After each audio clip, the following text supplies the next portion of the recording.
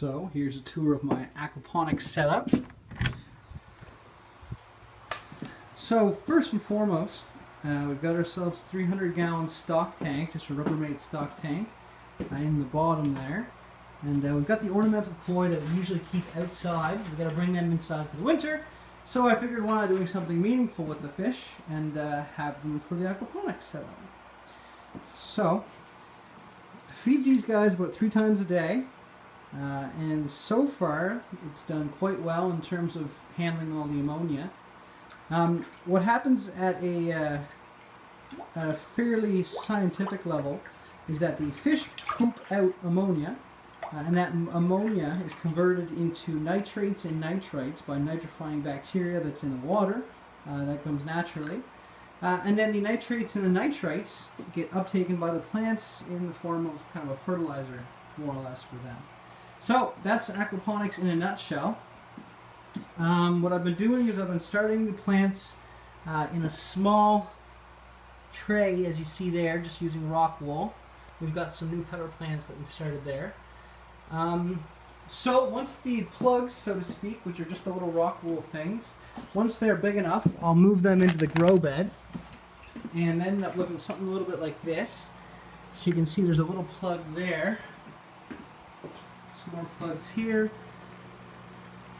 And those plugs go into what I call the net pots, and the net pots have got those little granular clay balls in there that act as the dirt, so there's no real dirt in the system.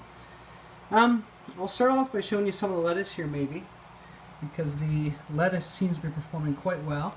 So you can see that there's some roots growing out there now. Those are about 2 weeks old. I would say they've been in the grow bed for 2 weeks, and they were in the starter tray for about a week before that. So effectively, nutrient-rich water is pumped up, oxygenated at the same time. So we've got a mixture of oxygenated water with nitrates and nitrites in it coming out through here. That is being picked up by the root structures on the various plants as it goes through, and they all seem to be thriving. So everything you see here on this side was all planted within the first session there, which has been about 2 weeks now. So we've got some romaine mixes. We've got 10 bok choys up through here. We've got parsley and then dill in the back.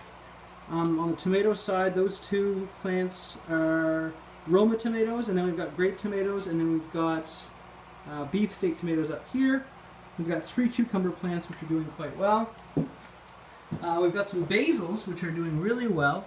I only planted these about 4 or 5 days ago. Started them and then brought them over as soon as they sprouted up, but they're doing good.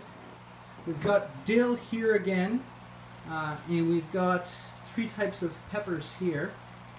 We've got Tomcat peppers, bell peppers, and another larger type of bell peppers. Those 8 are strawberries, which didn't germinate well because I used kind of an incorrect technique, so I've got new strawberries that I'm starting for them. And then all of these are all spinach, which I planted last week, which should do adequately well.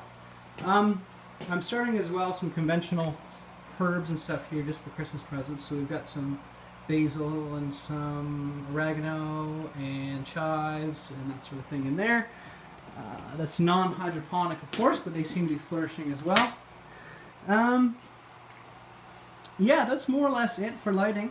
There's a rule of thumb. I think it's like, I'm not going to say, but I think it's between 35 and 50 watts per square footage of growing area. I've got 3 400 watt LED light fixtures. The reason I went with LEDs is because it keeps the electricity costs down to a certain degree.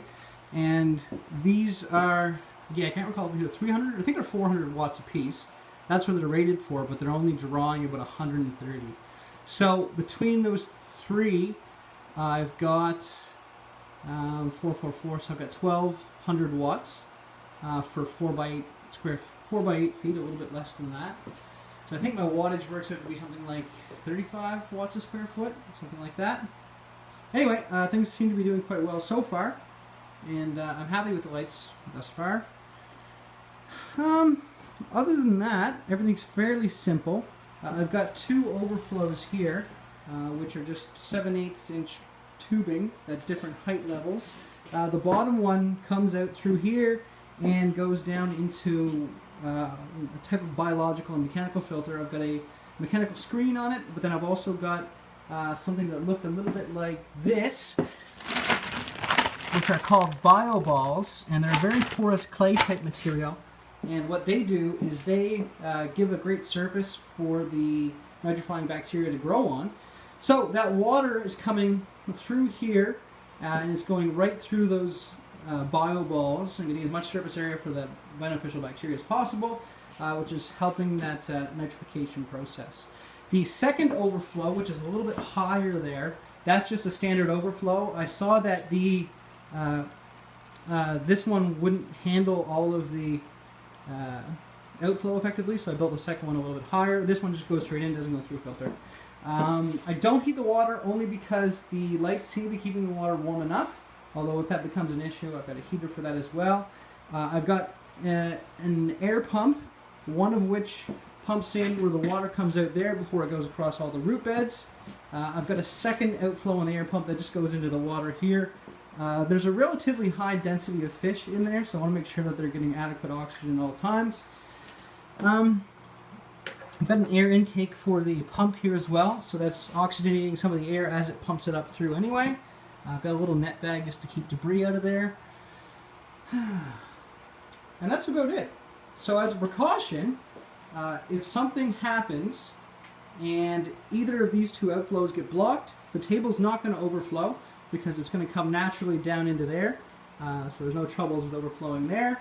Similarly, if we lose power, this has got an airlock right here, so it's going to prevent the upper tank from draining into here. Even if that does happen, this one won't overflow because the capacity of this one is greater than the two beds together. Nonetheless, I've still got a waterproof membrane everywhere just in the case that something happens, and I've got a few of these audible alarms as well. They act like smoke detectors, and they will go off effectively at 80 decibels or 90 decibels if they get wet. So I've tried to build the system, given the fact that it's in a basement. I've tried to build it as much as possible with safety in mind, because I don't want to flood my house out. But so far I'm pretty happy with the results. So we'll just take a look here again. Now we've got 2 or 3 week old lettuce growing there quite well. We've got Bok Choy on the back side here, and then parsley and dill back there. I've got some more peppers that I'm starting there for Christmas presents in the back. 3 types of tomatoes here, here, and here. Cucumbers here, mini cucumbers. Basil right there. More dill. Lots of spinach all through there, which is just really new. 3 types of peppers here, here, and here. Strawberries, which I'm going to have to replace soon. And then over here on the germination side, I have got some other peppers that I started last week. I've got the strawberries here as well. They're really slow to germinate. And I've got kale here as well. So, depending on the yield from these guys, I'm going to consider planting a few other things. But similarly, I want to keep some of the spaces open just because I want to keep a constant harvest, so to speak, of some of this stuff. So, yeah, that's more or less it. I'll give you an example of what a good, healthy root structure looks like here. You can see he's doing really well. He's got roots all the way over there. I can't get over how fast the roots have been growing. I've been quite happy with it. This is just a little Ziploc bag. I find germinating the spinach in this seems to be quite well, much better than just traditional dirt. So I've been growing them in there, and then I move them into the in the plugs when they're a little bit bigger. Anyway, that's all I've got. Total system wattage I'm figuring is about 132, 30, so 260, 390, and then maybe 80 for the pump. So all told, we're not looking all too much. Anyway, thanks for watching my system.